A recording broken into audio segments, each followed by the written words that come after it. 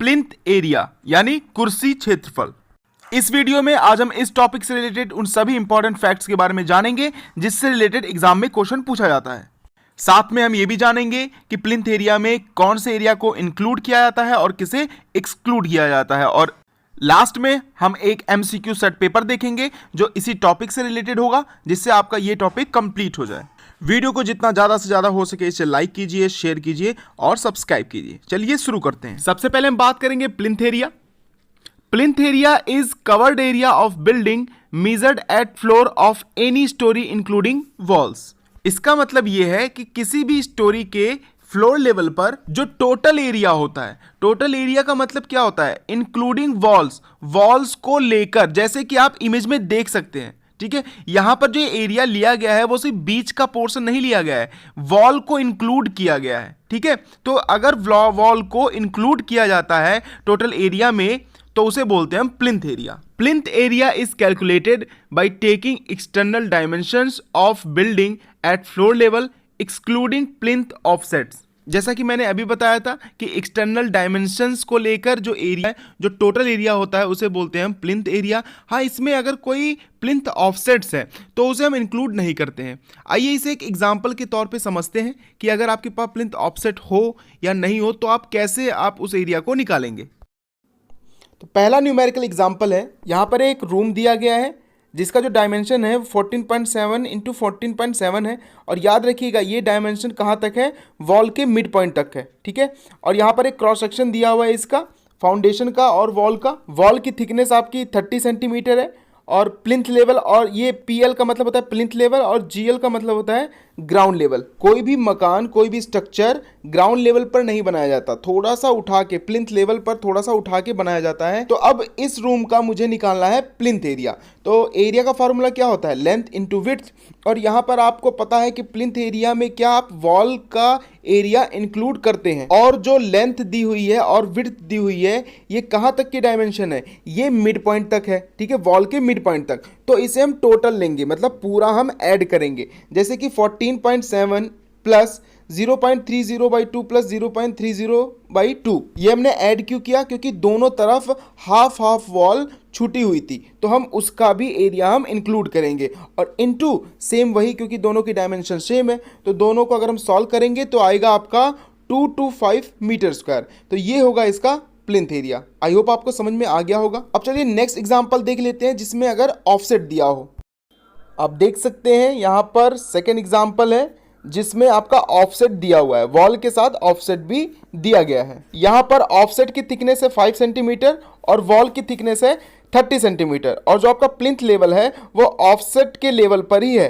ठीक है, तो आप जानते हैं कि प्लिंथ एरिया में आपका वॉल का एरिया तो इंक्लूड होता है, पर किसी भी तरह का ऑफसेट हो अगर तो वो इंक्लूड नहीं होता है। प्लिंथ एरिया का फॉर्मूला है length into width including wall.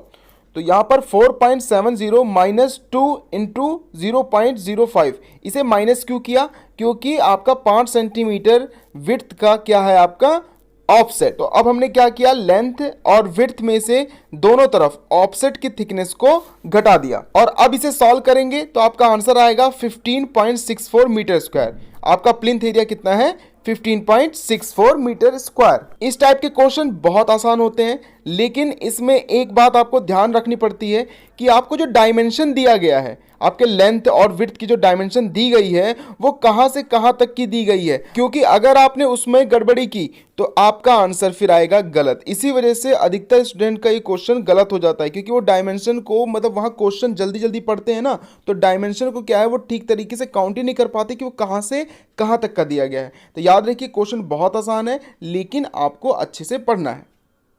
और प्लिंथ एरिया में ऐसे बहुत से एरियाज़ होते हैं जो एक्सक्लूड कर दिए जाते हैं, और बहुत से एरियाज़ ऐसे हैं जिसे इंक्लूड किया जाता है। तो चलिए हम इसे अलग अलग जानते हैं कि किसे इंक्लूड किया जाता है और किसे एक्सक्लूड किया जाता है, क्योंकि यहाँ से भी क्वेश्चन बहुत पूछे जाते हैं।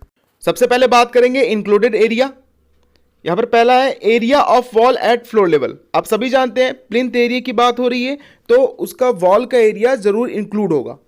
Next, internal lift shaft for sanitary less than 2 meter square. इसका मतलब लिफ्ट के लिए या सैनिटरी वर्क के लिए कोई शाफ्ट है, कोई ओपनिंग है जिसका जो एरिया है वो 2 मीटर स्क्वायर से कम है तो उस एरिया को भी इंक्लूड किया जाएगा।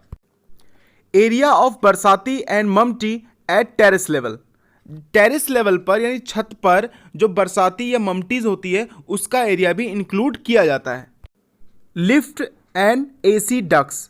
एसी को लगाने के लिए या लिफ्ट्स के लिए जो डक्ट्स होते हैं, जो ओपनिंग होती है, जो खाली स्थान होता है, वो भी एरिया आपका इंक्लूड किया जाता है।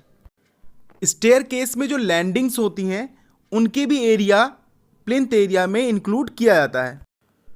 Area of porches verandah other than cantilever. आपके वरामदा और पोर्चेस के भी एरिया प्लिंथ एरिया में इंक्लूड होते हैं अगर वो सिंपली सपोर्टेड बीम है, ना कि कैंटिलीवर। अगर वो कैंटिलीवर के फॉर्म में है तो इंक्लूड नहीं होगा, अगर वो सिंपली सपोर्टेड के फॉर्म में है तो होगा। अब बात करेंगे ऐसे एरियाज की जिसे प्लिंथ एरिया में एक्सक्लूड किया जाता है, यानी कि शामिल नहीं किया जाता है। Area of lofts.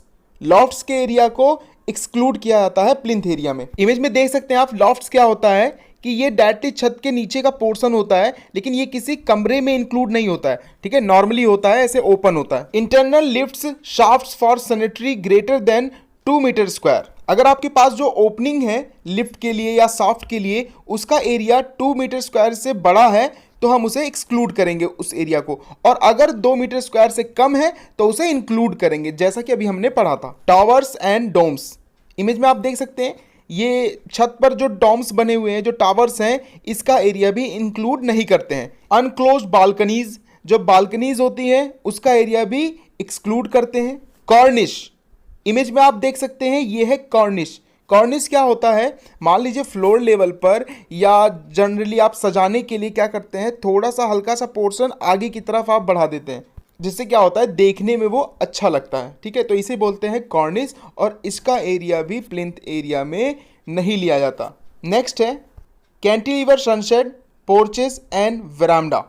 इसमें ध्यान रखने वाली बात यह है कि अगर क्वेश्चन में कभी पूछे कि वरामडा या पोर्चेस के बारे में तो आप पहले देख लीजिए कि वहाँ क्या लिखा है। अगर वो बोलता है कैंटिलीवर के बारे में तो यानी कि वो एक्सक्लूड होगा, ठीक है, उसे शामिल नहीं करेंगे। लेकिन अगर वो बोलता है सिंपली सपोर्टेड के लिए तो वो इंक्लूड करेंगे। एट लास्ट बात करेंगे हम कोर्टयार्ड। इमेज में आप देख सकते हैं ये है कोर्टयार्ड। कोर्टयार्ड जनरली क्या होता है, घर के बाहर या घर के अंदर एक ओपनिंग होती है जहाँ नॉर्मली बैठने के लिए ये बनाया जाता है, तो इसके एरिया को भी हम प्लिंथ एरिया में इंक्लूड नहीं करते हैं।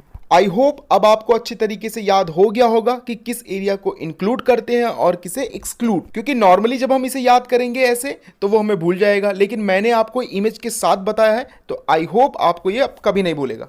For storage buildings the plinth area estimate is prepared for each story separately. इसका मतलब जो बहुमंजिली इमारत होती है जिसमें बहुत सारी स्टोरीज होती हैं, इसके लिए जो आपका प्लिंथ एरिया है वो हर मंजिल के लिए अलग अलग निकालनी पड़ती है। प्रीवियस ईयर में आए इस टॉपिक से कुछ एमसीक्यूज को चलिए देख लेते हैं। पहला क्वेश्चन है, को इमारत के चौकी यानी प्लिंथ के हिस्से में शामिल नहीं किया जाता। प्लिंथ एरिया में कौन सा शामिल नहीं किया जाता? कैंटिलीवर पोर्च का क्षेत्र, जी हाँ, इसे शामिल नहीं किया जाता। मैंने अभी बताया था कि अगर पोर्च आपका सिंपली सपोर्टेड है तो शामिल करेंगे, कैंटिलीवर्ड है तो नहीं करेंगे। और ऑप्शन भी चेक कर लेते हैं। ऑप्शन बी है लैंडिंग के साथ लिफ्ट और दीवार, जी हाँ, लैंडिंग को शामिल करते हैं। सी सीढ़ी के आवरण का क्षेत्र, इसका मतलब ये ममटी की बात कर रहा है तो इसे भी शामिल करते हैं। और डी है जमीन स्तर की दीवार, अगर प्लिंथ की बात हो रही है तो दीवार को हम ऐड करेंगे। तो इसका answer option number A cantilever porch का क्षेत्रफल को हम ऐड नहीं करते हैं प्लिंथ एरिया में। Next question, What area of building is the total area of floor in between walls? Walls के बीच का जो एरिया होता है उसे क्या कहा जाता है? ऑप्शन ए, बी, सी या डी, इसमें से जो भी करेक्ट आंसर है आप मुझे कमेंट करके बताइए। ये क्वेश्चन आपके लिए है, तो आपको बस इतना करना है कि वीडियो को लाइक करना है और जाके कमेंट में मुझे बताना है कि इसका आंसर क्या है और आपको ये वीडियो कैसी लग रही है। Next, according to bye laws what is the minimum plinth height of an ordinary building?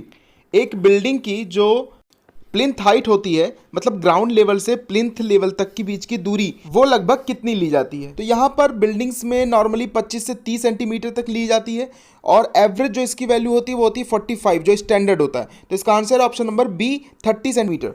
Next, pick up the item of work not included in the plinth area estimate. Plinth area estimate में किसे include नहीं किया जाता है? Option A, wall thickness, इसे add किया जाता है। Option number B room area, इसे भी ऐड किया जाता है। Option number C verandah area. अब देखिए ऑप्शन नंबर सी में यहां पर नहीं दिया गया है कि वो कैंटिलीवर है या सिंपली सपोर्टेड है, तो अभी हम इसे सिंपली सपोर्टेड मान के चलते हैं। ऑप्शन नंबर डी है कोर्टयार्ड एरिया, तो कोर्टयार्ड एरिया तो शामिल होता ही नहीं, तो इसका मतलब आपका आंसर है ऑप्शन नंबर डी। तो इसका मतलब जो ऑप्शन नंबर सी है इसका मतलब है सिंपली सपोर्टेड वरामडा। नेक्स्ट क्वेश्चन है कुर्सी प्लिंथ क्षेत्रफल आकलन में यह आइटम शामिल नहीं होता। ऐसा कौन सा एरिया है जो प्लिंथ एरिया में शामिल नहीं होता? तो ऑप्शन नंबर ए बरामदा, ये होता है अगर वो सिंपली सपोर्टेड बीम में है।